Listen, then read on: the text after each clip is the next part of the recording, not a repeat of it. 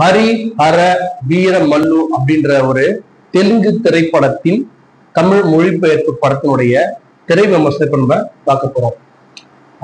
ஆந்திராவின் deputy chief minister, அதாவது துணை முதலமைச்சர் திரு பவன் கல்யாண் அவர்கள் நடித்து இன்று வெளிவந்திருக்கும் இந்த திரைப்படம் எப்படி இருக்கு? அதாவது இந்த படத்தினுடைய கதை அப்படின்னு என்ன பார்த்தோம்னா, படத்தோட முதல் காட்சியிலே என்ன பண்றாங்க, அவுரங்கசீப் அப்படின்ற நம்மளுடைய 16th 17th செஞ்சுரியில இருந்த ஒரு முகலாய பேரரசர் எப்படி இந்து மக்களை இந்துக்களை மறுபடியும் நீங்க முஸ்லிமா மதம் மாறணும் அப்படின்னு சொல்லிட்டு அவங்களை துன்புறுத்தி முஸ்லிமா மதம் மாத்துறாரு. இந்துக்களுக்கு ஏகப்பட்ட வரி விதிச்சு, நீ இந்துவாவே இருந்தீங்கன்னா ஏகப்பட்ட வரி விதிக்கணும், அந்த வரிகளை நீ கட்டணும் அப்படின்னு சொல்லி கட்டாயப்படுத்துறாரு. அந்த நேரத்துல ஒரு குழந்தை ஒண்ணு பிறகுது. அந்த குழந்தை ஆத்துல அப்படியே விட்டுறாங்க. அந்த ஆற்றில் விடப்பட்ட அந்த குழந்தைய நம்முடைய புரட்சி தமிழன் சத்யராஜ் என்ன பண்றாரு, எடுத்து ஒரு கோயில் அர்ச்சகரா இருக்காரு அவருக்கு அந்த ஊர் மக்கள்லாம் அந்த குழந்தைய அவங்க ஆத்துல அடிச்சு அந்த குழந்தைய எடுத்த உடனே அந்த படத்தோட ஆரம்பத்துல இந்த படத்தோட பெயரை சொல்றதுக்காக இந்த மாதிரி சீன் வச்சிருக்கிறாங்க.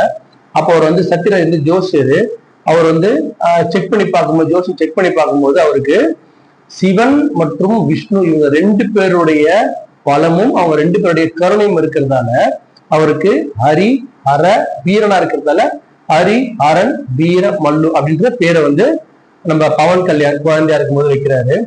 அந்த படத்தினுடைய பேரை ஆரம்பத்திலேயே அவங்க சொல்லிடுறாங்க, சிவனும் விஷ்ணுவும் சேர்ந்த ஒரு மிகப்பெரிய பராக்கிரமசாலி நம்முடைய ஹீரோ பவன் கல்யாண் அப்படின்னு சொல்லிட்டு அப்ப அந்த மக்கள் எல்லாம் கேட்கிறாங்க, அப்ப இவர் ஒரு மிகப்பெரிய மன்னரா வருவாரா, இல்ல மிகப்பெரிய கோடீஸ்வரரா வருவாரா, இல்ல இவர் மிகப்பெரிய ஒரு புரட்சிக்காரனா வருவார் அப்படின்னு சொல்லி சத்யராஜ் சொல்லும் போது நம்ம ஒரு சரியான பத்து தாண்டா வந்திருக்கிறோம்.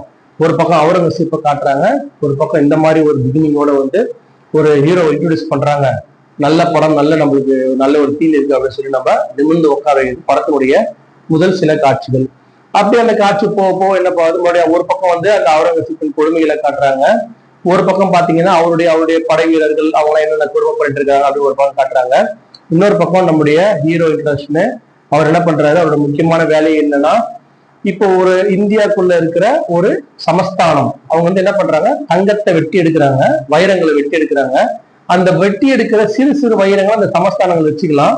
ஆனா பெரிய பெரிய வைரங்களை நம்முடைய பெரிய மகாராஜாவான நம்முடைய அவுரங்கசீப்புக்கு அவருடைய உதவியாளருக்கு அவங்க கொடுத்தாலும் இது சட்டம். அப்படி இருந்தா மட்டும்தான் சின்ன சின்ன வைரங்களை வச்சுக்க முடியும் அப்படின்ற மாதிரி அவர் தானே எல்லாத்துக்கும் ராஜா அவர் தானே அப்படின்னு சொல்லி வச்சிடறாரு.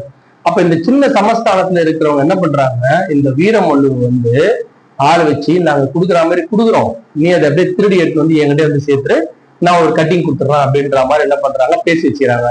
அதன்படி என்ன பண்றாரு, முதல்ல ஒரு சின்ன இடத்தை பிடிக்கிறாரு. சரி ஓகே, படம் பண்றாரு, வைரங்களை பிடிக்கிறவர் போல இருக்கு, இது புரட்சி ஆரம்பிப்பாரு போல பார்த்தா அந்த வைரத்தை திருடினவர் என்ன பண்றாரு, அது கிடைச்ச காசை வச்சு அங்க இருக்கிற மக்களுக்கு நல்லது பண்றாரு. எப்பயும் போல ஒரு ராபின்ஹுட் ஹீரோ கதை.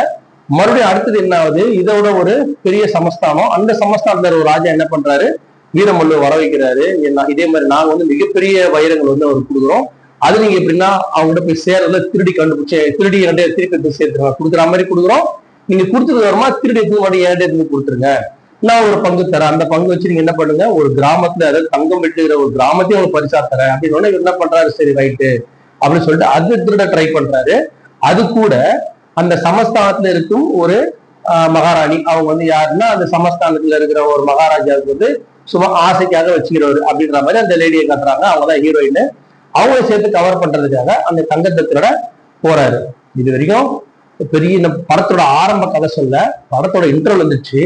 அது அந்த தங்கத்தை அந்த வைரத்தை அவர் எப்படி திருடினாரு, அதுக்கு யாரெல்லாம் கூட சேர்த்துக்கினாரு, எந்த மாதிரி புத்திசாலிகளையும் வீரர்களையும் கூட சேர்த்துட்டு அந்த தங்கத்தை திருடுறாரு. அந்த தங்கத்தை திருடும் போது என்ன ட்விஸ்ட் ஆகுது, இது வரைக்கும் இன்டர்வல் கதை. சரி, இன்டர்வல் படம் முடிஞ்சிச்சு, நம்ம சரி ஓரளவுக்கு பார்த்துட்டோம். செகண்ட் ஹாஃப் என்னடா போய் பார்த்தா, செகண்ட் ஹாஃப்ல ஃபர்ஸ்ட் பிகினிலே என்ன சொல்லிடுறாங்க, இதே மாதிரி வைரத்தை கோகினூர் வைரம், இப்ப இதெல்லாம் சாதா வைரம், 3வது ஒரு ஆள் வராங்க. கோகினூர் வைரம் நம்முடைய அவுரங்கசீப்பினுடைய அரண்மனையில இருக்கு, அது நீங்க திருடி தரணும் அப்படின்னு சொல்லி கேட்கிறாங்க.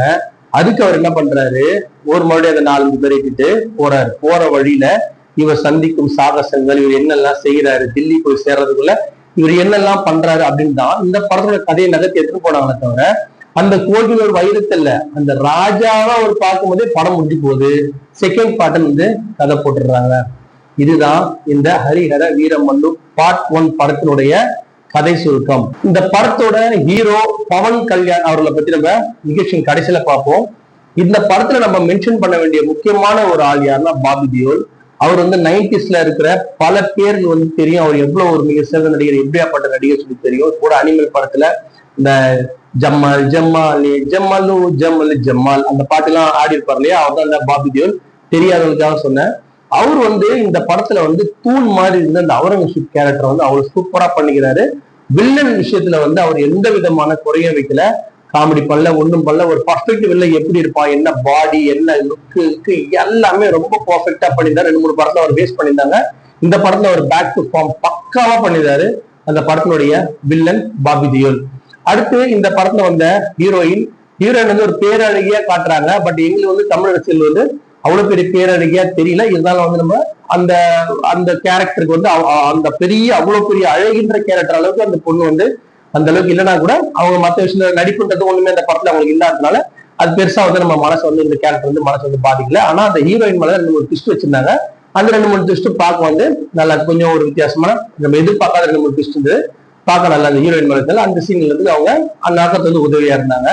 படத்துல வந்து சத்யராஜ் அப்புறம் நம்ம நாசர் சாரு, அப்புறம் சுனில் போல பல நடிகர்கள் பட்டாளங்களே இருக்கு. பல நடிகர் பட்டாளம் இருக்கு. தெலுங்கு, கன்னடம், எல்லா லாங்குவேஜ் இருந்த பல நடிகர்கள் இருக்கிறாங்க. எல்லாமே வரதுன்னு தெரியல, போறதுன்னு தெரியல. வெறும் நம்ம பவன் கல்யாண் சாருடைய வெறும் அவரை தவிர மிச்சம் எல்லாருமே வந்து வராங்க போறாங்க, அவ்வளவுதான். ஒன்னும் பெரிய இம்பார்ட்டன்ட் ரோல்லாம் கிடையாது. அவங்க இருந்தாலும் அந்த படம் அப்படிதான் ஓடி இருக்கும் அப்படின்ற மாதிரியான ஒரு கேரக்டர் தான் பண்ணியிருக்கிறாங்க. இயக்குனர் ஜோதி கிருஷ்ணா அப்புறம் ராதா கிருஷ்ணா 2 பேர் இயக்கி இருக்கிறாங்க. தெரியல அவங்க வந்து இந்த மாதிரி ஒரு பிரம்மாண்டமான ஒரு பட்ஜெட் இதெல்லாம் வச்சு இன்னும் வந்து கதையில வந்து ரொம்ப மெனக்கெட்டு இருக்கலாம். அவங்க தேவையில்ல சிஜில தேவையில்லாத அனிமேஷன்ல எல்லாம் பண்ணதை வந்து இன்னும் இந்த கதையில வந்து அவங்க மெனக்கெட்டு இருக்கலாம். திரைக்கதையை நல்லா அமைச்சிருக்கலாம். இயக்கம் பொறுத்த வரைக்கும் எனக்கு வந்து ஒரு பெரிய டிசப்பாயின்மெண்டா தான் இருந்தது. இசையமைப்பாளர் கீரவாணி வந்து அந்த தெலுங்கு படங்களுக்கு உண்டான அந்த அந்த சீன் எல்லாம் வந்து எப்படி அவர் பண்ணணும்னு அவர் ரொம்ப கை தேர்ந்தவர். ஸோ அதுல வந்து அவர் செய்ய வேண்டிய பாடல்கள் கேட்க நல்லா இருந்தது. பேக்ரவுண்ட் மியூசிக் அவருக்கு நல்லா இருந்தது. ஏற்று வந்து பிரவீன் KL அவரும் வந்து ரொம்ப அவருடைய பத்து தூங்கிட்டாரு நினைக்கிறேன். இந்த சின்ன இவ்வளோ பெரிய நீளமான காட்சிகள் தேவையில்ல, இன்னும் சிறப்பா பண்ணியிருக்கலாம். இந்த படத்துல அவர் வந்து சிறப்பா பண்ணல. அவருக்கு ஏதோ கையை கட்டி விட்டா மாதிரி அவர் மாட்டம் ஏழை சீன்கள் ஓடி இருந்தது. ஒரு சிஜி ஒர்க் கூட இந்த படத்துல வந்து நல்லா இல்ல. குதிரையில அந்த காலத்துல வந்து குதிரையில ஓடும் போது பின்னால அந்த ஸ்கிரீன் ஓடும் பாருங்க, அந்த மாதிரியான ஒரு அனுபவத்தை தான் இந்த படம் கொடுத்ததை தவிர சிஜி ஒர்க்ல யார் குதிரையில ஓட்டினாலுமே அது வந்து செயற்கையா இருந்தது. அந்த அளவுக்கு வந்து அதை சிறப்பா இந்த படத்துல பண்ணல. இந்த படத்தினுடைய மிக மிக முக்கியமான வீக்னஸ் என்ன அப்படின்னு சொன்னா, கதையை வந்து ஒரு சின்ன போர்ஷன் வந்து பெருசா எடுத்துட்டு போயிட்டாங்க. அதாவது வந்து ஒரு படத்தை வந்து ஆரம்பிச்சு முடிக்க முயல மாட்டாங்க. அது 2 பாட்டுன்னு சொன்னாரு. முதல் பாட்டு பார்த்தானா 2வது பாட்டுக்கு போக முடியும். முதல் பாட்டை கம்ப்ளீட்டே பண்ணல. இதுதான் அதாவது அதனுடைய வில்லனை பார்க்கும்போது இந்த படம் முடியும் அப்படின்றது வந்து எவ்வளவு ஒரு ஏமாற்றமா இருக்கும் பாருங்க. வில்லங்கிட்ட சண்டை கிட்ட போட்டு அது அட்லீஸ்ட் அந்த ஒரு கோதுமை வைரத்தை எடுக்க போன அந்த கோதுமை வைரம் பக்கம் கூட போல வில்லனை பார்த்தவொடனே அவர் கையை பிடிச்சோடனே படத்தை வந்து முடிச்சு விட்டாங்க. ஆரம்பத்துல இருந்து கடைசி வரைக்குமே படம் வந்து ஒரு சரியான பாதையில போகாத மாதிரிதான் தெரிஞ்சுது. இந்த படத்துல வந்து பவன் கல்யாண் சாரை பத்தி பேசணும். பவன் கல்யாண் வந்து முதலமைச்சர், துணை முதலமைச்சர் ஆனதுக்கு அப்புறமா அதுக்கு முன்னாடி அவர் எப்படி எந்த லுக்ல இருந்தார் அதே லுக் தான் இந்த படத்துலயும். அதே மாதிரிதான் ஃபைட்டு, அதே மாதிரிதான் ஆக்டிங், எல்லாமே அதே மாதிரிதான். அது 16th செஞ்சுரியா இருந்தாலும் 17th செஞ்சுரியா இருந்தாலும் அவருடைய மாடுலேஷன் எதையுமே சேஞ்ச் பண்ணாம எல்லா இது முறை நடித்த படங்கள்ல எப்படி நடிச்சிருந்தாரோ அதே மாதிரியான ஒரு பர்ஃபார்மன்ஸ் தான் பண்ணியிருந்தாரு தவிர புதுசா எதுவும் இல்லை. ஆனால் அவர் நிறைய தான் பண்ணியிருந்தார். நம்ம வந்து குறை சொல்றதுக்கு இல்லை. அவர் ஒருத்தரும் இல்லைன்னா இந்த படத்தை வந்து யாருமே பார்த்துருக்க முடியாது. இந்த அளவு கூட அட்லீஸ்ட் ஒரு 2.5 மணி நேரம் நம்ம 2.25 மணி நேரம் நம்மள அட்லீஸ்ட் நெலிஞ்சு சுழிஞ்சாவது உட்கார வச்சு வந்து பவன் கல்யாண் தான். அவரும் இல்லைன்னா இந்த படம் வந்து ரொம்ப மோசமா இருந்திருக்கும். அதுல எந்த மாற்று கருத்தும் கிடையாது. ஆனா அவர் வந்து அவருடைய அந்த பர்சனல் அஜெண்டா, அதாவது முதல்ல வந்து என்ன பண்ணியிருந்தாரு, டெப்யூட்டி சிஎம் ஆகிறதுக்கு முன்னாடி வரைக்கும் அவர் வேற மாதிரி மக்களால பார்க்கப்பட்டாரு. ஆனா அது ஆனதுக்கு அப்புறமா வந்து அவர் முழுக்க என்ன ஆயிட்டாரு, ஒரு இந்து சாமியார் மாதிரியே வந்து இந்து அந்த மாதிரி நம்ம அந்த மாதிரி ஆயிட்டார், சாமியார் மாதிரியே ஆயிட்டாரு. அவர் ஒரு இந்து சம்பந்தமான விஷயங்களை பேசிக்கிட்டு ஆல்மோஸ்ட் ஒரு பாதி பிஜேபி கார் மாதிரியும் பாதி RSS கார் மாதிரியும் மாட்டார். இது வந்து நான் வந்து அவர் RSSக்கு எதிரே பிஜேபிக்கு எதிரே அவர் சொல்ல வரல. அந்த சம்பந்தமான விஷயங்களை இந்த படத்துல ரொம்ப வச்சிருக்கிறாங்க. அது வந்து நம்மளுக்கு வந்து கொஞ்சம் ஓவரா இருக்கும். சாமி சிலையை உடைக்கிறத பத்தி அப்புறம் அந்த பேர் வைக்கிறத பத்தி, அப்புறம் அவங்களுக்கு வரி செலுத்துறத பத்தி, இதை பத்தியே ரொம்ப பேசி இஸ்லாமியர்ல வந்து ஓரளவுக்கு வந்து கொஞ்சம் அது அவுரங்கசீப்பை வச்சு நம்ம அந்த படத்துல வந்து நம்ம பார்க்க முடியாத அளவுக்கு தமிழ் அரசியல் பார்க்க முடியாத சில சில சீன்கள் வச்சதால நம்மளால இந்த படத்தை வந்து முழுமையா வந்து ஒரு திருப்தி ஒரு நல்ல கதையா பார்க்க முடியல. அவருடைய பர்சனல் அஜெண்டா வந்து இந்த படத்துல வச்சிருக்கிறதால நம்மளுக்கு அந்த படமும் இந்த பர்சனல் அஜெண்டாவும் சேர்த்து வச்சு நம்ம இந்த படத்துல ஒரு சின்ன நெருடலை வந்து நம்மளுக்கு ஏற்படுத்தி இது படத்தோட பெரிய வீக்னஸ் தான் நான் நினைக்கிறேன். அதுவும் இல்லாம பவன் கல்யாண் வந்து அந்த படத்தோட கதையை செலக்ட் பண்ணும்போது கிட்டத்தட்ட பாத்தீங்கன்னா அந்த படம் முழுக்க வரைக்குமே வந்து பாத்தீங்கன்னா ஒரே விஷயத்த அப்படியே போய்கிட்டே இருக்க தவிர அங்க அந்த ஒரு ஸ்டார்டிங் எண்ட வந்து ஒரு சரியான முடிவு இல்லாதல அங்க இருக்கிற ஒரு 4-5 சீன்களை நம்பி இந்த படத்தை வந்து அவர் செலக்ட் பண்ணிட்டாரோ அப்படின்னு என்னோட மனசு வந்து சொல்லுது. ஆனா அதே நேரத்துல அந்த படத்துல ஒரு ஓனாய் கூட பேசுற மாதிரி ஒரு சீன் இருக்கும், அது நல்லா இருந்தது. அதே மாதிரி அந்த புலிகிட்ட உட்கார வைக்கிறது, ஹீரோயிசம் காட்டுறது, அதெல்லாம் வந்து பவன் கல்யாண் சிறப்பா பண்ணியிருந்தாரு. சரி, இந்த படம் மொத்தத்துல எப்படி இருக்கு அப்படின்னு சொன்னா பவன் கல்யாண் ரசிகர்களுக்கு வந்து ஒரு மிக சிறந்த ட்ரீட்டா இருந்தாலும் கண்டிப்பா ஒரு ஒன் டைம் வாட்சபிள் படமா இருக்கும். கமர்ஷியல் தெலுங்கு படம் பாக்குற ஆடியன்ஸ்க்கு வந்து ஒரு சூப்பரான படம் பார்க்கலாம் கூட ஒரு சுமாரான படத்தை வந்து பார்த்த அனுபவத்தை வந்து கண்டிப்பா இந்த படம் கொடுக்கும். தமிழ் ரசிகர்களை பொறுத்த வரைக்கும் மிகப்பெரிய ஏமாற்றத்தை கொடுக்கும் இந்த படம். ஏன்னா தமிழ் ரசிகர்களை பொறுத்தவரை இந்த மாதிரி கதைகள் வந்து பெரும்பாலும் விரும்ப மாட்டாங்க. நம்ம ஆளுங்க பண்ணாலே வந்து அதை வந்து பார்க்க மாட்டாங்க. இதுல வந்து அவங்க வேற பண்ணியிருக்கிறாங்க, அது அவங்க மொழிக்கு ஏற்ற மாதிரி பண்ண படம் தான். மொழி மாற்றம் செய்யப்பட்டு வந்திருந்தா கூட இந்த படத்தை வந்து நம்ம தமிழ் ரசிகர்கள் ரொம்ப பேரு ரசிப்பாங்களா அப்படின்றது வந்து ஒரு மிகப்பெரிய கேள்விக்குறி.